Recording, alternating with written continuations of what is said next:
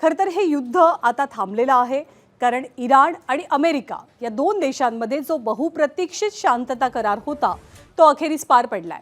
अनेक महिन्यांचा संघर्ष, आरोप प्रत्यारोप आणि युद्धाच्या ताणानंतर या दोनही देशांमध्ये शांतता करारावरती सहमती झाली आहे। इराणचे परराष्ट्र उपमंत्री यांनी सुद्धा या कराराबद्दल भाष्य करत दोन्ही देशांमधल्या चर्चेचा सकारात्मक शेवट झाल्याचं म्हटलंय। शुक्रवारी या ऐतिहासिक शांतता करारावर दोनही देश अधिकृतरित्या स्वाक्षऱ्या करतील।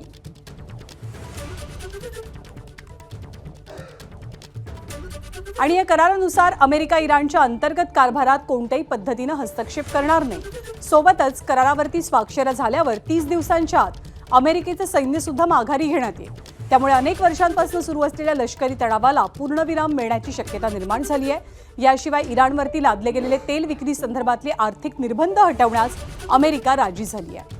या कराराच्या अनुषंगाने युद्धाच्या छायेतनं संवाद आणि सहकार्याच्या दिशेने टाकलेले हे पाऊल जागतिक शांततेसाठी महत्त्वपूर्ण मानलं जात आहे।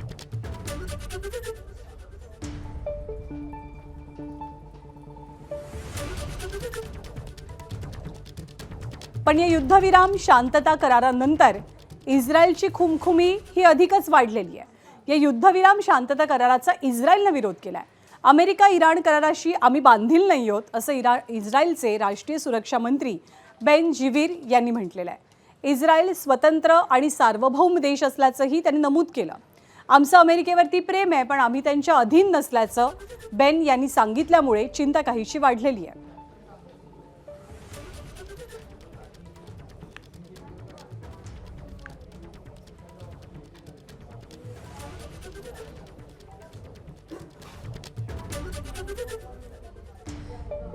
दरम्यान अमेरिका आणि इराणमधल्या शांतता कराराच्या घोषणेचं पंतप्रधान मोदींनी स्वागत केलं। पश्चिम आशियातील संघर्ष संपवण्यासाठी अमेरिका आणि इराण यांच्यात झालेल्या कराराचं आपण स्वागत करत असल्याचं मोदींनी म्हटलं।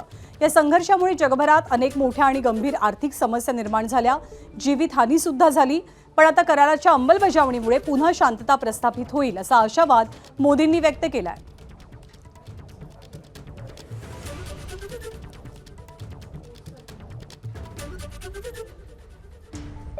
तर मोदींसोबतच संयुक्त राष्ट्रांचे सरचिटणीस गुटारेस यांनी सुद्धा निर्णयाचं स्वागत केलंय। दोन्ही देशांनी संघर्षाऐवजी संवादाचा मार्ग स्वीकारल्याबद्दल गुटारेस यांनी अमेरिका आणि इराणचं अभिनंदन केलंय। सोबतच गुटारेस यांनी दोनही देशांना करारातल्या अटींचं प्रामाणिकपणे पालन करण्याचं आवाहन केलं। इराणसोबतच्या शांतता करारावरती एकमत झाल्यानंतर अमेरिकेच्या व्हाईट हाऊसमधनं पांढरा धूर सोडला गेला। परंपरेनुसार पांढरा धूर हा शांतता, सहमती आणि नव्या सुरुवातीचं प्रतीक मानला जातो।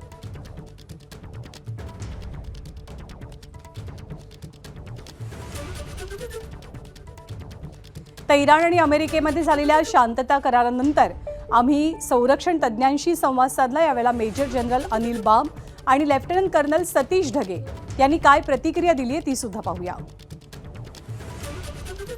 असं वाटतंय की आता ही संधी जी होणार आहे आणि डिक्लेअर केलं 19 तारखेला स्वित्झर्लंडमध्ये जेनेवामध्ये, असं वाटतंय की ही सर्वात जवळची वेळ आली आहे। कारण ह्याच्या आधी आपण जवळजवळ रोजच ऐकलं आहे की उद्या संधी होणार आहे, पण ह्यावेळेला असं वाटतंय ही होईल आणि जगासाठी खूप सुखद आणि आनंददायी बातमी आहे।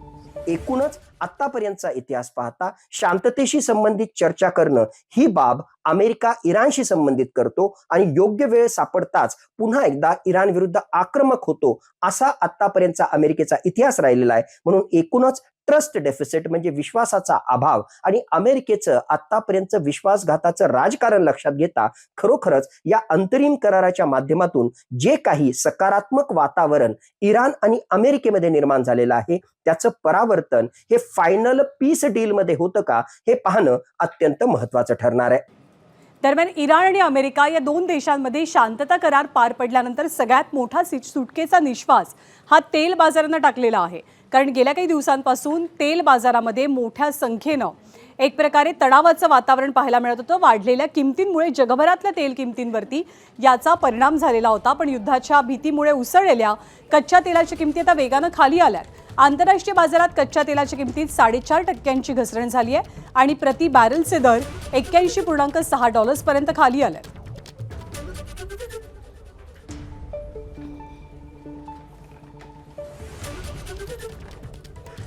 आणि जसा परिणाम तेल बाजारावरती पाहायला मिळतोय तसाच परिणाम सोनं चांदींच्या दरावरती सुद्धा दिसू लागला. गेल्या काही दिवसांपासून आपण पाहतोय की सोन्याचे दर, चांदीचे दर हे कमी होऊ लागलेले, पण आता युद्ध थांबल्याच्या पार्श्वभूमीवरती दोनही दरात वाढ झाली आहे. सोन्याचे दर प्रतितोळा 2,700 रुपयांनी वाढलेत. सोन्याचा आजचा भाव 1,51,000 इतका आहे, तर चांदीच्या दरात 10,000 रुपयांची वाढ झाली आहे. चांदी आज प्रति किलो 2,054 रुपयांवरती पोहोचलेली आहे, 2,54,000 रुपयांवरती पोहोचली आहे.